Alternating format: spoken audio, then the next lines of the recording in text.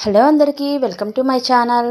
రోజులా కాకుండా ఈరోజైతే ఫ్రెష్ అయిపోయానండి. ముందు లేవగానే ఫ్రెష్ అయ్యి అప్పుడు వంట చేద్దామని వచ్చేసాను. ఇంకా దేవుడి దండం పెట్టేసుకొని, ఎందుకంటే నేను దేవుడి మాల కుబేరుడు కొంచెమని పెడతాను.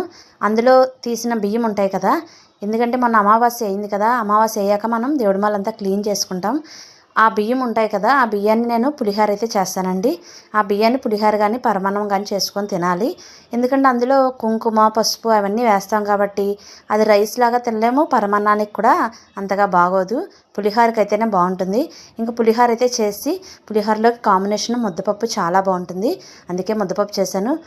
ఈ పులిహోర కాంబినేషను ముద్దపప్పు ఎంతమందికి తెలుసో, ఎంతమందికి ఇష్టమో కామెంట్ చేయండి. ఇంక నేనైతే అట్లలోకి అయితే టిఫిన్ ఇడ్లీ పిండి అట్లయితే వేసానండి. అందులోకి కొబ్బరి టమాటా పచ్చడి కూడా చేశాను, చాలా బాగున్నాయి. ఇంకా పిల్లలకి స్నాక్స్ బాక్స్లోకి అయితే శనగలు అయితే ఉడకబెట్టానండి, తెల్ల శనగలు ఉడకబెట్టి అవి అయితే స్నాక్స్ బాక్స్లోకి పెట్టాను. ఇంకా పులిహోర అయితే రెడీ అయిపోయింది. పిల్లలకి ఒక పక్క క్యారేజ్ కడుతూ రెడీ చేసుకుంటూ నా వంట అయితే పూర్తి అవుతుందండి. అంతలోకి మా వారు కూడా లేచారు. పిల్లలకి క్యారేజీలు కట్టి పంపించగానే మా వారు లేచారు. ఆయనకి కొత్తిమీర నిలిచి ఇంక కాఫీ అయితే కలిపేశాను.